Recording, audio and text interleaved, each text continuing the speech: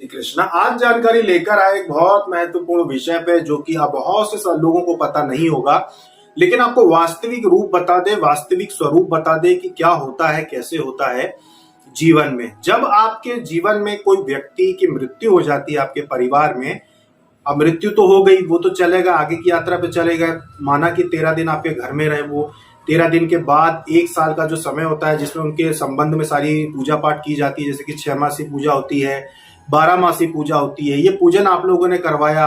पूजन होने के बाद भी अगर आप, जैसे 1 साल आपने सारे हो गया आपका काम, पूजा पाठ हो गई, इसके बाद आपको क्या करना चाहिए? क्या मृत व्यक्ति को बार बार उसके लिए हर साल आपको घर में चर्चा करना चाहिए या घर में उसको याद करना चाहिए? तो इसी विषय में हम आपको बता दें कि एक बार जब किसी व्यक्ति की मृत्यु हो जाती है, चाहे वो आपका कितना भी प्रिय व्यक्ति हो, उससे आपका संबंध पूरी तरह से विच्छेद हो जाता है और आप स्वयं न जाने कितने वर्षों के बाद इस मनुष्य जीवन में आए होंगे, न जाने कितने परिवारों को छोड़कर आप आए होंगे, कितनी बार आपका जन्म हो चुका, कितनी बार मृत्यु हो चुकी है, कोई भी जुड़ा हुआ नहीं रहता है। तो आपके घर अगर किसी की मृत्यु हो गई है, तो मृत्यु होने के बाद 1 साल तक जो पूजन पाठ उनके लिए आप करते हैं वो करना आवश्यक है। बस वहां तक आपका संबंध रह जाता है।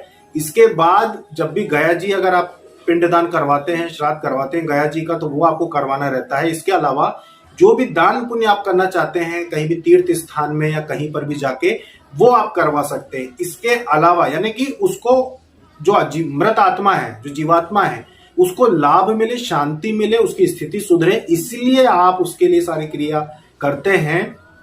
उसको याद करने के लिए नहीं, सिर्फ उनको सुख मिले इसलिए आप करते हैं, आपका कर्तव्य बनता है, लेकिन उनको याद नहीं करना चाहिए। जैसे कुछ लोग हैं, वो अब जैसे आप बैठ गए, अब आपने बैठ के आधा 1 घंटे तक किसी मृत व्यक्ति की आपने चर्चा की, उनके वो याद करते रहे, उनके लिए आंसू बहाने लगे। आपको याद आ गई तो आप बैठ के रोने लगे कि भाई मैं 2 साल पहले आपके घर का कोई सदस्य था, वो मर गया था, आपको याद आ गई।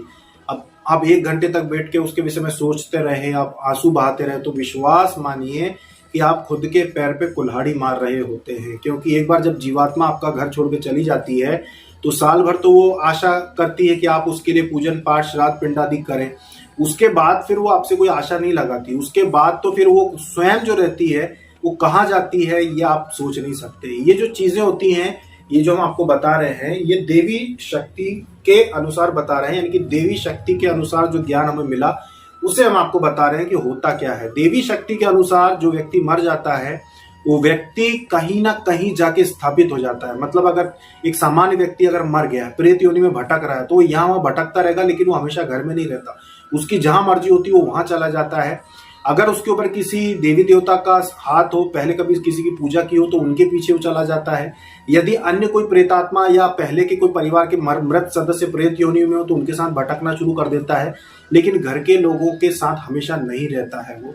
लेकिन अगर आप मृत व्यक्ति को याद करते हैं, उसके लिए आंसू बहाते हैं, तो वो कहीं भी हो वो वापस घर आता है और आपको कष्ट देके जाता है। मतलब आपको तकलीफ देगा, जैसे कि आपको कोई चोट पहुंचा देगा या आपको कुछ ना कुछ तकलीफ वो पहुंचा के जाएगा, क्योंकि आपने उसको अनावश्यक रूप से याद किया। उसको आवश्यकता नहीं थी, वो भूल चुका है आपके परिवार को, वो आपके घर को भूल चुका है, वो आगे अपनी यात्रा पे है, और आपने उसको अगर याद किया, उसके लिए आंसू बहाए, तो वो आपको आके कष्ट अवश्य पहुंचाएगा। इसीलिए सिर्फ श्राद्ध पक्ष में उनको बुलाया जाता है या फिर उनका पूजन पाठ श्राद्ध कराया जाता है, जिससे कि वो आए, उनको जो भी चीजें आप अर्पण करते हैं वो उनको प्राप्त हो और वो जाए, ऐसा होता है। लेकिन अगर आप बेवजह कभी भी उनको याद करते हैं मृत व्यक्ति को, तो ये उस मृत व्यक्ति को कष्ट पहुंचाने वाली बात होती है। जैसे कि देवी शक्ति के अनुसार जब कोई व्यक्ति जो होता है, अगर उसकी स्थिति सुधर जाती है और वो किसी अच्छे स्थान पे चला गया, मान लीजिए कि कोई धाम, एक अच्छा सा कोई तीर्थ धाम है, वहां पे जाके, मान लीजिए कि हरिद्वार तीर्थ में जाके कोई जीवात्मा है, मर चुकी है।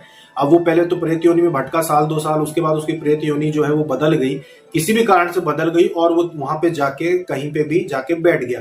अब वहां पे जाके वो बैठ गया और वहां पे वो भगवान का भजन कर रहा हो या मनन कर रहा हो, भले इससे उसको पुण्य ना मिले, लेकिन वो वहां पे जाके बैठ गया और वहीं पे वो रहता है। उसको और भी प्रेत ऐसे मिल गए जो धार्मिक प्रवृत्ति के थे, और सारे के सारे प्रेत हरिद्वार में जाके स्थापित हो गए किसी भी जगह पे, और वो वहीं पे वो अपना समय व्यतीत कर रहे हैं बैठे बैठे वहीं पे, क्योंकि उनका कोई पुण्य तो लगता नहीं है कि वो पूजा पाठ करेंगे तो पुण्य लगेगा, ऐसा तो होता नहीं।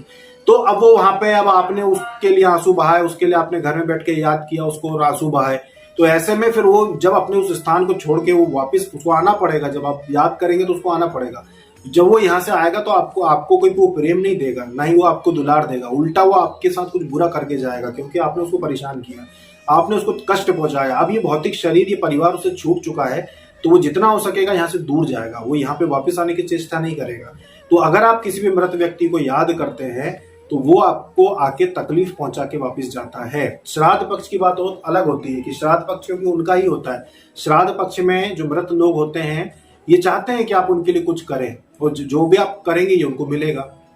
तो श्राद्ध पक्ष में अगर आप उनके लिए करते हैं तो बहुत अच्छी बात है। पर जहां श्राद्ध पक्ष नहीं और यूं ही आप बैठ के अगर रो रहे हैं कि भाई आपके पति थे या आपकी पत्नी थी या आपके माता पिता या दादा दादी, कोई भी व्यक्ति की मृत्यु हो चुकी है और आप उसको यूं ही याद करके अगर आंसू बहाएंगे तो निश्चित तौर पे मानिए कि वो प्रेतात्मा आएगी, क्योंकि वो प्रेतात्मा है, वो मनुष्य नहीं है जो माफ कर दे, वो प्रेतात्मा, वो आएगी और आपको तकलीफ देकर जाएगी, कोई ना कोई कष्ट कर दे के पहुंचा के आपको, और फिर वो जाएगी। तो इसीलिए आपके कितने भी प्रिय व्यक्ति की मृत्यु हो जाए उनके लिए दान पुण्य कीजिए, पूजा पाठ करवाइए, ये सारी चीजें करवाना चाहिए, लेकिन उनको याद करके रोना नहीं चाहिए। इसीलिए कहा जाता है कि मृत व्यक्ति की जो तस्वीर होती है उसको भी कहीं एक तरफ ऐसी जगह पे लगाओ। वैसे तो लगाना ही नहीं चाहिए, और अगर फिर भी लगाते हैं तो ऐसी जगह पे लगाओ जहां रोज रोज नजर ना पड़े, यानी कि दैनिक रूप से मृत व्यक्ति की फोटो पे आपकी नजर नहीं पड़ना चाहिए, वरना बार बार आपको उसकी याद आएगी, बार बार याद आएगी, तो उसको, वो जहां पे भी जीवात्मा होगी उसको कष्ट पहुंचेगा, उसको कष्ट पहुंचेगा तो वो आके आपके ऊपर क्रोध करेगी।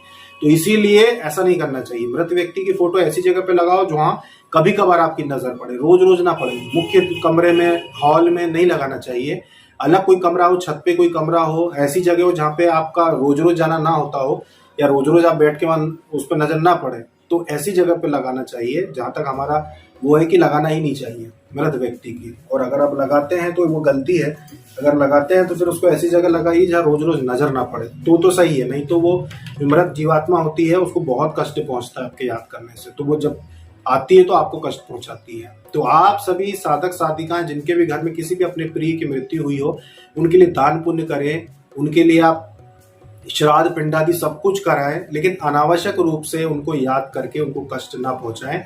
और ये देवी शक्ति की जो जानकारी हमने आपको दी कि देवी शक्ति ने स्वयं बताया कि किस तरह से एक व्यक्ति जो थे उनकी मृत्यु हो गई और वो बहुत अच्छी स्थिति में थे। मतलब कि पहले तो उनकी जो मृत्यु हुई थी वो अनावश्यक रूप से हुई थी, अकाल मृत्यु हुई थी, उनकी किसी वजह से हत्या हो गई थी, और हत्या होने के बाद वो प्रेत योनि में चलेगा। प्रेत योनि में वो पहले तो कुछ साल तक भटके, और कुछ साल भटकने के बाद वो एक बहुत ही अच्छे तीर्थ पे जाके स्थापित हो गए, और स्थापित होने के बाद वो वहीं पे अपना समय व्यतीत कर रहे थे। लेकिन उनके जो घर के एक व्यक्ति थे वो बार बार उनको याद करके रोते थे, बार बार उनको याद करते थे, उनकी चर्चा करते थे, जिस वजह से वो उस तीर्थ को छोड़ के, वो जो प्रेतात्मा थी वहां से छोड़ के बार बार घर आती थी वो, क्योंकि वो बार बार याद करते थे।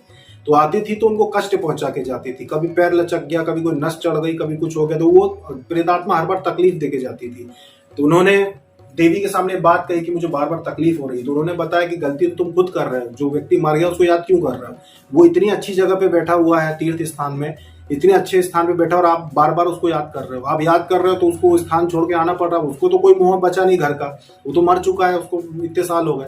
अब आप याद कर रहे हो तो उसको वो जगह से छोड़ के आना पड़ रहा है, इसलिए वो आपको कष्ट पहुंचा रहा है। आप याद करना बंद कर दो तो वो आपको कष्ट नहीं पहुंचाएगा वापिस आके। तो ये चीज जो होती है, वास्तविकताएं हैं जो होती है। बहुत लोगों को इस विषय में ज्ञान नहीं होगा, बहुत लोग इस बात को समझते नहीं होंगे कि मृत व्यक्ति को भी बढ़िया हॉल में सजा के लगाते होंगे कि ये हमारे मृत व्यक्ति थे और हमको इनकी इतनी याद है, इतना हमारे दिल में प्रेम है कि हम उनको याद करते हो, देखो हमने इनकी फोटो लगाई। पर वास्तविकता में आप उनको कष्ट पहुंचा रहे हो, आप उनको तकलीफ पहुंचा रहे हो। अगर आप वास्तव में उनको प्रेम करते हैं, मृत व्यक्ति को वास्तव में अगर आपकी उनके प्रति श्रद्धा है, तो उनकी तस्वीर को हटाइए, वहां से हटा के किसी बंद कमरे में लगाइए जहां आप कभी कभार जाते हो, सामने मत लगाइए, वरना उस आत्मा को जब जब आप याद करेंगे कष्ट पहुंचेगा। संबंध टूट चुका, आप भी मरेंगे तो आपका भी संबंध टूट जाएगा। कुछ दिन तो आप प्रेत योनि में रहेंगे अगर आपके कर्म अच्छे नहीं है तो। उसके बाद उस घर परिवार को छोड़ के अब कुछ सालों बाद तो भूल ही जाती है, प्रेतात्मा ही भूल जाती है कि मेरा जन्म कहाँ हुआ था या मैं किस परिवार में मरी थी। वो इतने अलग अलग स्थानों पर जाती है। बहुत सारे साधु महात्मा उसको मिलते हैं जो खुद स्वयं प्रेत योनि में होते हैं या देव योनि में होते हैं। तो देव योनि वाले जो जीवात्माएं होती हैं, संत महात्मा, तो उनके साथ चली जाती है वो, और अच्छे अच्छे स्थानों पे जाकर अपना समय व्यतीत करती है। तो इसीलिए वापस वो इस परिवार से संबंध नहीं ढूंढती कि मेरा क्या संबंध था या मैं वापस आऊं परिवार में, ऐसा नहीं सोचती वो। इसीलिए आप लोगों को भी याद नहीं करना चाहिए। इस बात को बहुत बारीकी से लेना। आपके घर का अगर आप चाहते हैं कि वास्तु और सब कुछ सही रहे, सब कुछ बढ़िया रहे, कोई कष्ट ना हो, तो ऐसी गलती मत कीजिएगा कि उनकी तस्वीरों को मत सामने लगाइए, उनको बार बार याद मत कीजिए, उनको भी आप सुख शांति में रखेंगे और स्वयं भी सुख शांति में रहेंगे। इस बात को समझिए। ये वास्तविकता प्रैक्टिकल आपको बताया हमने, जो वास्तव में होता है वही हमने आपको बताया। एक साधक की समस्या को देखा, जब पता करा तो ये समस्या ये आ रही है इनकी, तो समझिए इस बात को। जो शास्त्र कहते हैं वो भी यही कहते हैं कि आप जब प्रेतात्मा स्वयं मोहमाया से बाहर चली जाती है तो आप भी उस बात को समझिए। तो ये थी जानकारी बहुत ही महत्वपूर्ण, जो आप सभी साधक साधिकाओं को समझना चाहिए। अभी तक के लिए इतना ही। जय श्री कृष्ण।